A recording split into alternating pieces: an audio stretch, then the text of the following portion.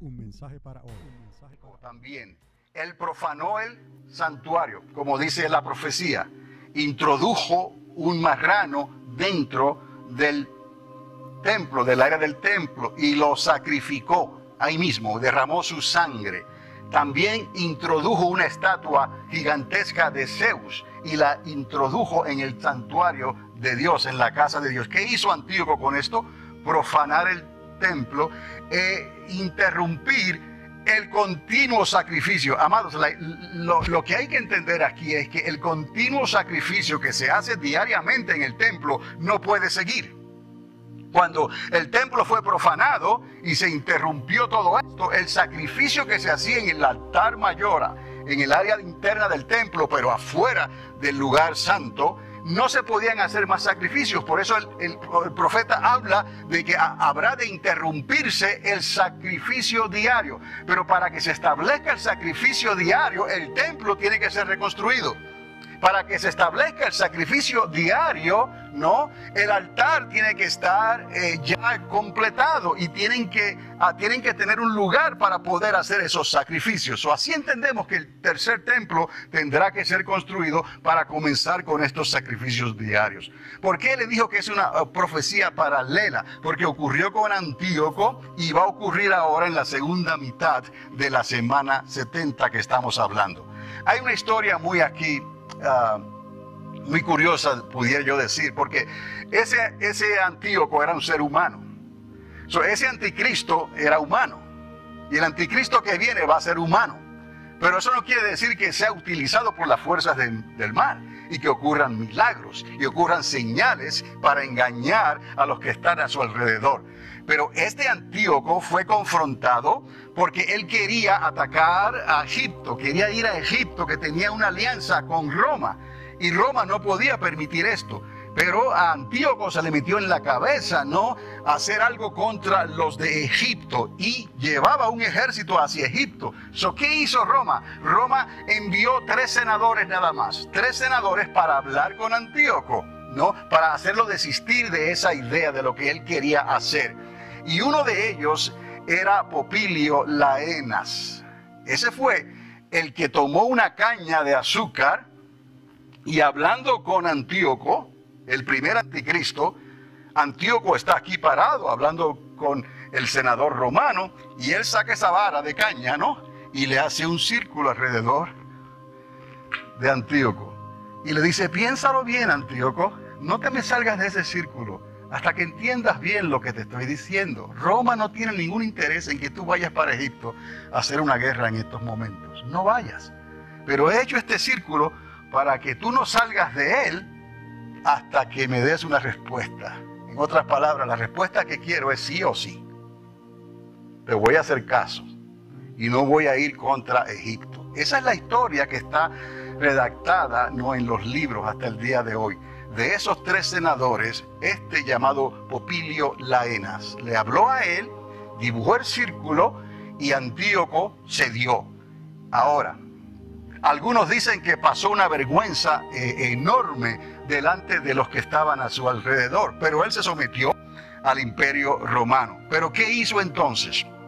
Regresó hacia Jerusalén y arremetió contra el templo en Jerusalén y contra los judíos piadosos. Recuerde que había judíos helenísticos que eran griegos, que tenían una mentalidad liberal, como se diría hoy, que todo es bueno, todo es lícito y yo quiero vivir como quiera vivir y yo no tengo que ser, ¿cómo se dice?, estricto con las cosas de Dios, porque yo no lo creo de esa manera. Había cantidad de judíos helenísticos en aquel entonces, y Antíoco no tuvo ningún problema con ellos, pero tenía problema con los pentecostales, por decirlo así. Tenía problema con aquellos que temían a Dios y al Espíritu Santo, para que me entienda nada más, ¿no? Tenía problema con aquellos que quieren servirle a Dios, que le creen literalmente a la palabra de Dios, ¿no? Entonces, ¿qué hizo él? Él se la ideó para entonces profanar el templo. Daniel vio esto en las profecías y él escribió sobre esto, pero él vio más. Vio no solamente a Antíoco, sino que vio el otro anticristo que iba a venir en el tiempo final, o en la semana 70, que él mismo explicó en sus escritos. Ahora, arremetió contra Jerusalén y arremetió contra los judíos. Daniel 9:27 entonces sería paralelo con Antíoco en Daniel 11:31. Aquí no vamos a tener el tiempo para leer todos estos versículos, pero se los estoy dando, ¿no? En Daniel 11:31 se está hablando de esa historia de Antíoco, ese primer anticristo. Y se está hablando más adelante, en los versículos 32 al 34, de aquellos macabeos que se levantaron, ¿no?, contra Antíoco para volver y consagrar el templo y la casa de Dios, para que se estableciera otra vez el sacrificio diario en el templo de Dios. ¿Por qué les digo estas cosas? Porque los judíos no lo van a hacer de ninguna otra manera. Ellos van a hacer lo mismo ahora. Cuando el tercer templo sea edificado, ellos tienen que establecer el mismo altar de sacrificio, el mismo lugar santo, el mismo lugar donde hay otro altar adentro del incienso, y luego el lugar santísimo de más adentro. Usted vio la diapositiva, usted vio la grande pantalla que había atrás, cubierta por un manto grueso. O sea, eso es el camino hacia el lugar santísimo. Todo va a ser igual, amados, todo va a ser igual. Así que lo que va a ser el siguiente anticristo va a ser lo mismo que hizo Antíoco Epífanes. Entonces, otra vez, todo esto se cumple en los versos 31 al 34 con Antíoco, pero lo que vio Daniel en 9:27 está hablando a nosotros hoy. Ahora, en el verso 45 de ese mismo capítulo se detalla el lugar exacto de la confrontación final en lo que se llama el Valle de Jezreel, el Megido o Armagedón. Repito esto. Cuando usted va a los evangelios y Jesús dice, el que lee entienda, no como dijo el profeta Daniel en 9:27.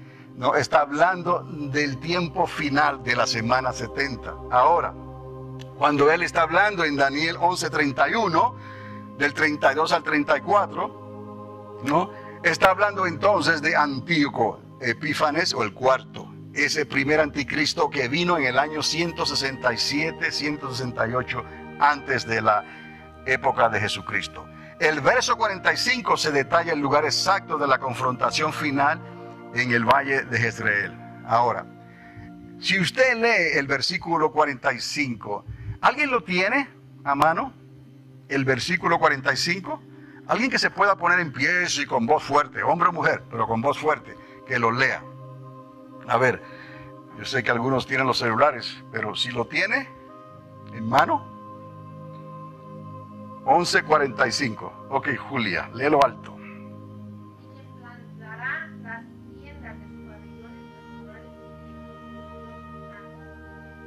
Entre los mares y el monte glorioso santo. ¿Cuál es el monte glorioso santo? El monte Moriah, donde subió Abraham a ofrecer a Isaac. El monte de Sión, que luego se le llamó de esa manera, donde el rey David estableció ese lugar. Monte de Sión. ¿Dónde está eso? En Jerusalén. Entre los mares, otra vez, Julia.